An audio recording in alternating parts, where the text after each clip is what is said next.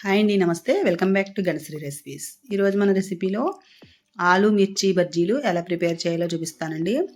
ఎప్పుడు వేసుకునే మనం మిరపకాయ బజ్జీల్లా కాకుండా ఇందులో ఆలు కూడా స్టఫ్ చేసి వెరైటీగా ఉంటాయన్నమాట. అలా చేసి ట్రై చేశానండి, చాలా బాగా వచ్చాయి. పిల్లలైతే బాగా ఇష్టంగా తింటారు. సమోసా టేస్ట్లోనే ఉంటుందన్నమాట ఇది కూడా. తప్పకుండా ఒకసారి ఇలా మీరు కూడా ట్రై చేసి చూడండి. చేయడం కూడా చాలా ఈజీ అండి, తొందరగా కూడా ప్రిపేర్ చేసుకోవచ్చు, వెరైటీగా కూడా ఉంటాయి. టేస్టీగా ఈ ఆలు మిర్చి బజ్జీ ఎలా ప్రిపేర్ చేయాలో ఇప్పుడు చూసేద్దాం రండి.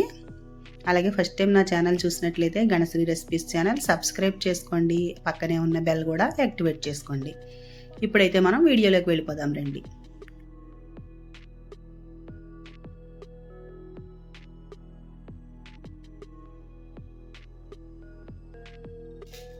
ఈ బజ్జీలు చేయడానికి మిర్చి బజ్జీలు ఉంటాయి కదా, మనం బజ్జీలు ప్రిపేర్ చేసుకునేవి, ఆ బజ్జీలు మిరపకాయలు తీసుకోండి.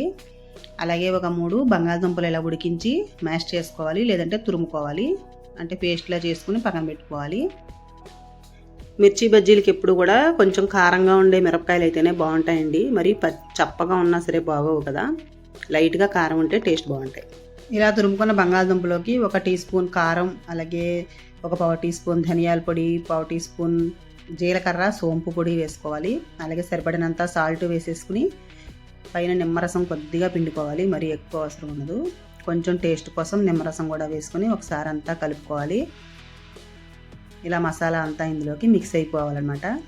బంగాళదుంపలు రెడీగా ఉడికించి పెట్టుకుంటే మనకి చిటికలో బజ్జీలు చేసేసుకోవచ్చు.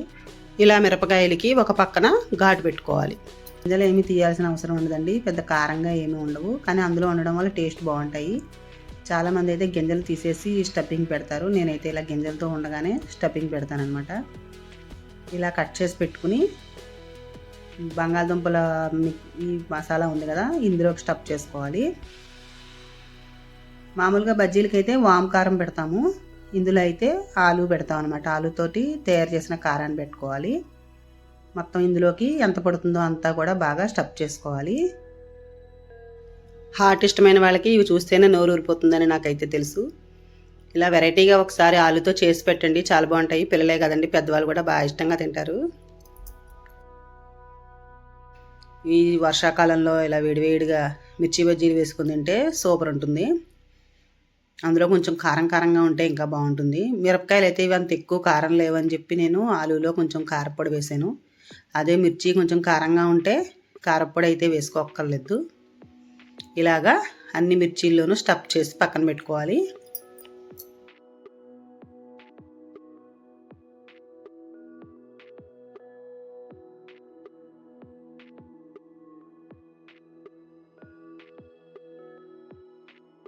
ఇప్పుడైతే పిండి కలుపుకుందాము. ఒక బౌల్ తీసుకుని 1 కప్పు శనగపిండి వేసాను. మిరపకాయలు ఎన్నో లేవు కదా, అందుకని 1 కప్పే వేసాను. ఇందులోకి 1 స్పూను వరిపిండి వేసుకోవాలి. అలాగే సరిపడినంత సాల్ట్ వేసుకున్నాను. కొంచెం వామ్ కూడా వేసుకోవాలి. అలాగే 1 చిటికెడు వంట సోడా కూడా వేసుకోవాలి. కుకింగ్ సోడా అంటాం కదా, బేకింగ్ సోడా, అది వేసుకోవాలి. ఇలా మొత్తం అంతా మిక్స్ చేసేసుకుని సరిపడినంత వాటర్ వేసుకోవాలి. ఇంచుమించుగా 1 కప్పు వాటర్ పడుతుంది. ఇలా రెడీ చేసుకున్న తర్వాత ఈ పిండిని ఒక గ్లాసులో వేస్తున్నాను, ఎందుకంటే మిరపకాయలు బజ్జీలు వేసుకోవడానికి వీలుగా ఉంటుందన్నమాట. ఎంత పెద్ద మిర్చి అయినా సరే ముంచి వేసుకోవడానికి వీలుగా ఉంటుంది. ఇలా కలిపేసుకుని ఒక గ్లాసులో వేసుకోవాలి.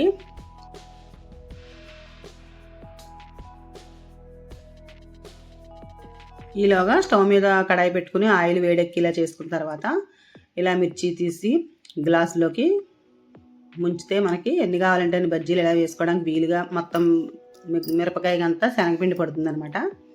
ఇలా వేసుకొని చూడండి, చాలా ఈజీగా ఉంటాయి. పిండి కూడా వేస్ట్ అవ్వదు. నూనె వేడెక్కిన తర్వాత మీడియం లో ఫ్లేమ్లో పెట్టుకుని అప్పుడు బజ్జీలు వేసుకోవాలి. మరి లో ఫ్లేమ్లో అయితే పెట్టకూడదు, మీడియంలో ఉంటే సరిపోతుంది, లేదంటే మళ్ళీ నూనె ఆయిల్ ఎక్కువ పీల్చేస్తూ ఉంటాయి బజ్జీలు.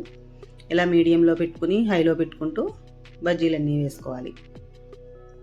టేస్టీగా ఇలా బజ్జీలు అయితే రెడీ అయిపోతున్నాయి చూడండి. మిర్చి బజ్జీ వేగేటప్పుడు ఆ స్మెల్ అయితే చాలా బాగుంటుందండి, అరోమా అనేది. ఎప్పుడెప్పుడు తిందామా అనిపిస్తుంది బజ్జీ అయితే. ఇలా మనకి కావాల్సినన్ని ఎన్ని కావాలో అన్ని బజ్జీలు అన్నీ వేసేసుకోవడమే. ఇప్పుడైతే ఇంకో 2 బజ్జీలు వేస్తున్నాను. ఇలా బజ్జీలు వేసినప్పుడు మిరపకాయ అక్కడక్కడ కనపడుతూ ఉంటేనే టేస్ట్ అనేది చాలా బాగుంటుంది, ఫ్లేవర్ కూడా సూపర్ ఉంటుంది అనమాట. మొత్తం అంతా మునిగిపోయేలా వేయకూడదు, బజ్జీ మిరపకాయలు ఒక పక్కన కనపడుతూ ఉండాలి, అప్పుడైతే టేస్ట్ చాలా బాగుంటాయి. ఇప్పుడైతే బజ్జీలు అయితే రెడీ అయిపోయాయి కదా, ఇలాగైనా తినేయచ్చు, లేదంటే మనం పైన ఆనియన్స్ అవి వేసుకొని కూడా తినచ్చు అనమాట. చూసారు కదా ఎంత బాగున్నాయో.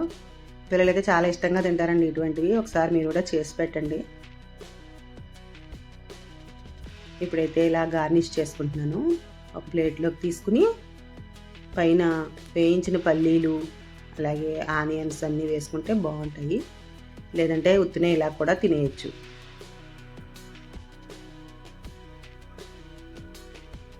వేయించిన పల్లీలు, ఉల్లిపాయ ముక్కలు అలాగే కొత్తిమీర కూడా వేసాను, పైన కొంచెం కారం కూడా స్ప్రింకిల్ చేశాను.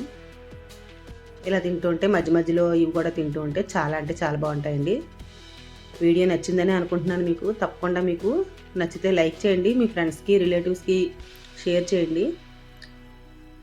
వేడివేడిగా టేస్టీగా ఆలు మిర్చి బజ్జీ అయితే రెడీ చేసి చూడండి, చాలా బాగుంటాయి. అలాగే ఫస్ట్ టైం నా ఛానల్ చూసినట్లయితే గణశ్రీ రెసిపీస్ ఛానల్ సబ్స్క్రైబ్ చేసుకోండి, పక్కనే ఉన్న బెల్ కూడా యాక్టివేట్ చేసుకోండి. మరిన్ని మంచి మంచి రెసిపీస్ కోసం గణశ్రీ రెసిపీస్ ఛానల్ చూస్తూ ఉండండి. Thank you for watching.